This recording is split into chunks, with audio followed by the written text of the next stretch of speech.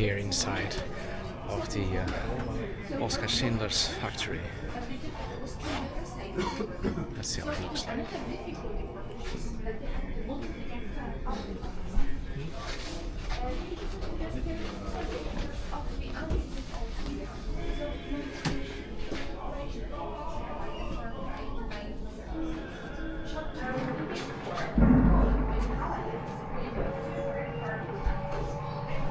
So on the 1st of September of 1939, the Germans invaded Poland.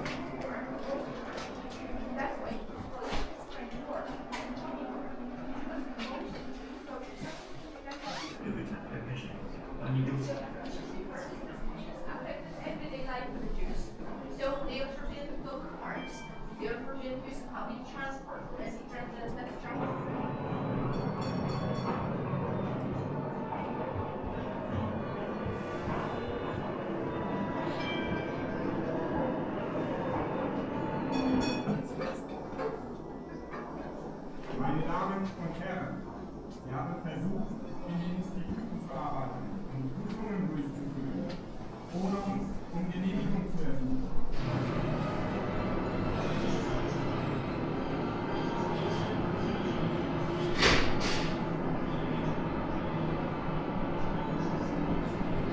So this is how I get my stamp to get permission to work in the factory. Look at this. There you go. Got my official stamp. Now I can work in the factory.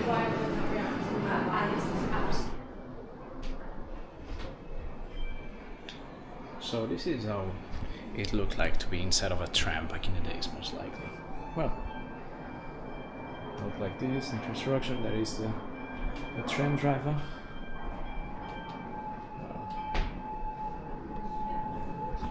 Let's just carry on the visit here.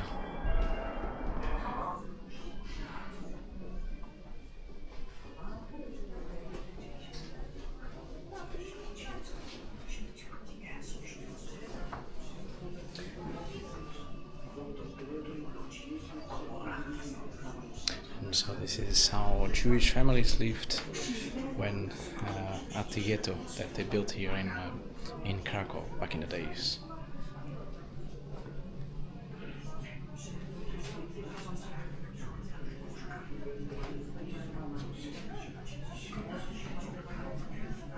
And so this will be the place, will be the office of Oskar Schindler here in the factory. Look at this. A nice chair, table, and a map on his back.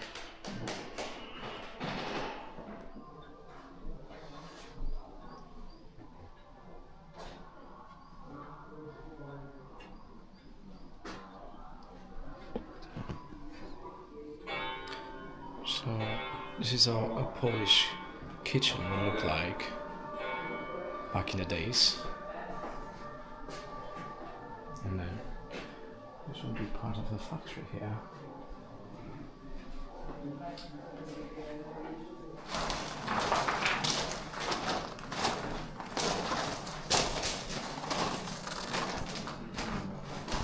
And so this will be like what it looked like in a concentration camp. Back in the day as well. With those fences, this kind of ground here.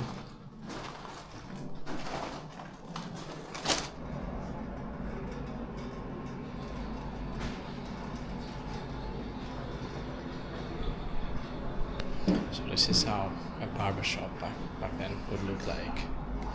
There you go. You can have a nice haircut over here. And here you have most likely the prices perhaps, or the time that it would take to get an haircut. Well, let's see what comes next here in this museum.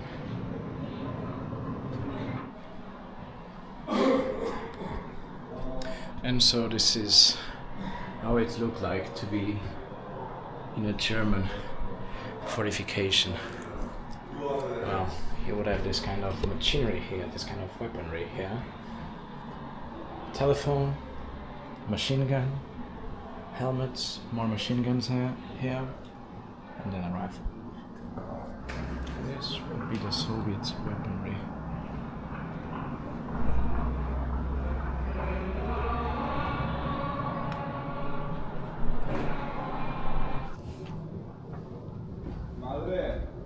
And so, this is how it looked like if you live like in the Jewish ghetto. You would have this bunk bed here. Super tight. Like barely any conditions though.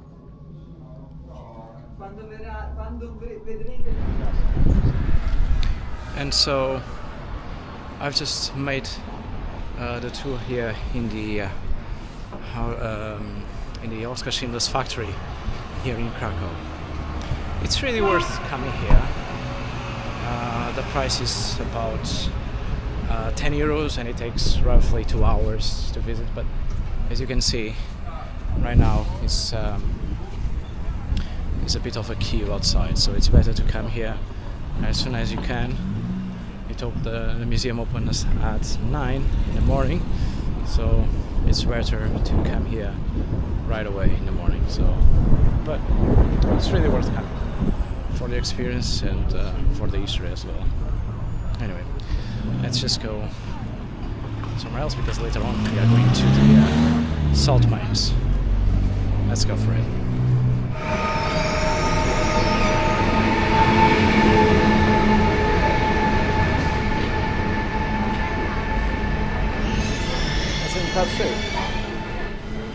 Let's go now on the small journey to the salt mines of Krakow. Let's go.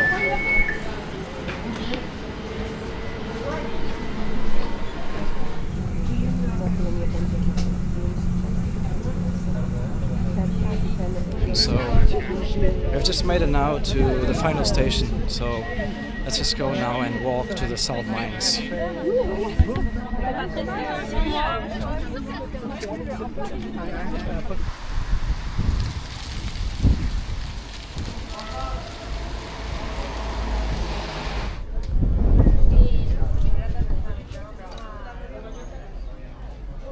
So we are going 130 meters deep.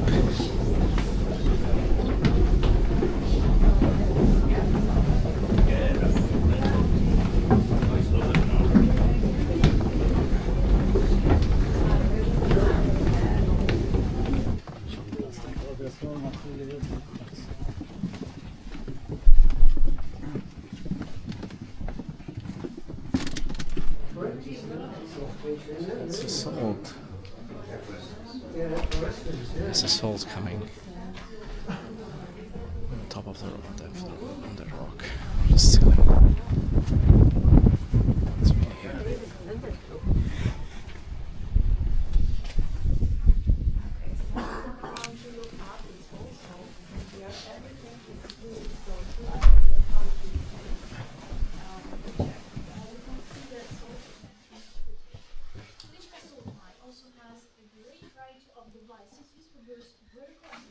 Tourists who have visited Wieliczka Salt Mines, thus initiating tourism here. Back then he had to pay a visit to the king to ask for his permission, because back then this mine was a royal property. So you remember soldiers that When a Polish prince called Bolesław proposed to Hungarian Princess Kinga, her father, King Bela, insisted on a traditional dowry. But Kinga came up with another idea. She knew that no rock salt was mined in Poland and decided to ask her father for a group of salt miners. She wished to find salt in Poland with their help. Without a second thought, the king presented to Kinga an entire salt mine in Hungary. The princess visited the mine on her way to Krakow. She came near the mine shaft and, surprisingly, threw her engagement ring into it. When she arrived to her new country, she requested the miners to look for salt. The result came soon. The miners discovered salt deposits near Krakow, that gave Poland centuries-long prosperity. They say that Kinga's engagement ring was found in the first salt lump extracted.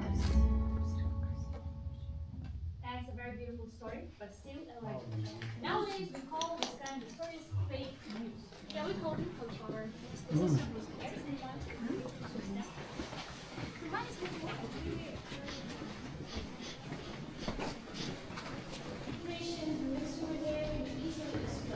This was one of the deadliest projects. The only possible way to build this problem was actually to burn this gas by explosion. So it was the job of the great mystery.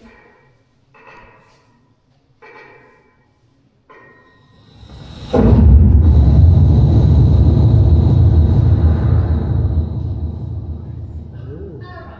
the first show is over, this is this. When person first appeared in the town, the mining researchers introduced certain standards for their conditions, but also their gas.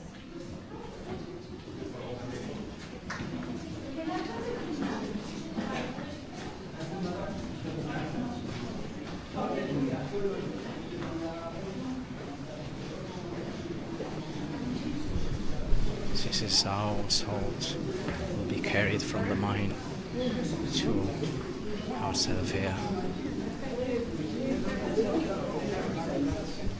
And to be honest, I kind of feel a little of taste of salt.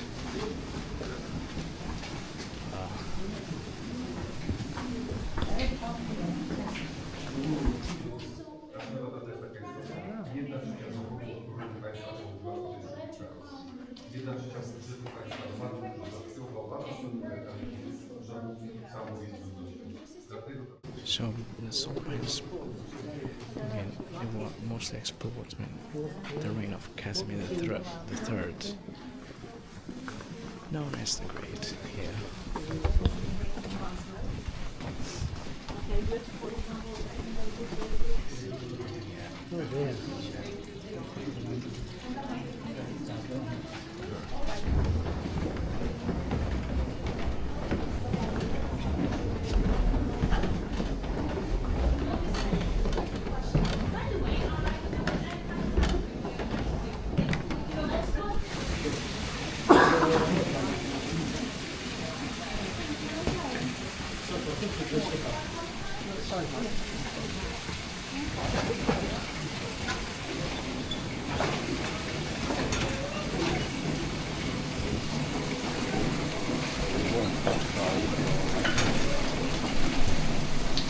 Of the milling lines.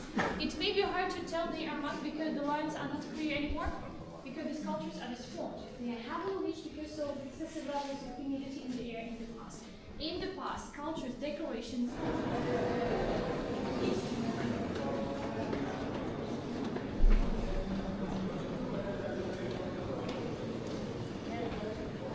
It's very hot inside.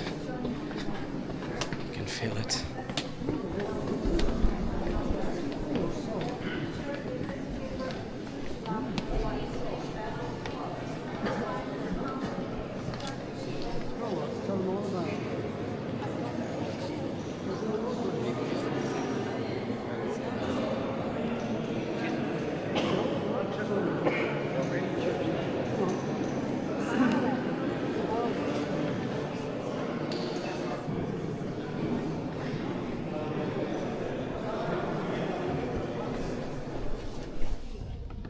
one of the ancient footprints. And we know that they started with the sculpture and So there is a lake inside of here. It's like it goes 9 meters deep.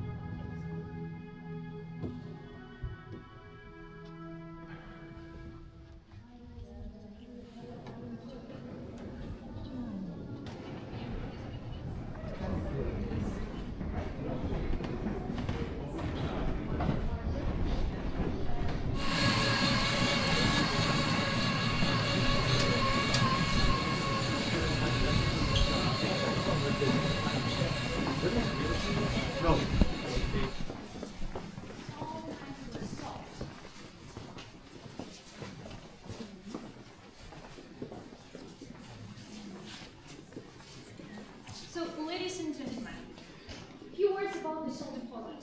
You know, it stretches in length like approximately.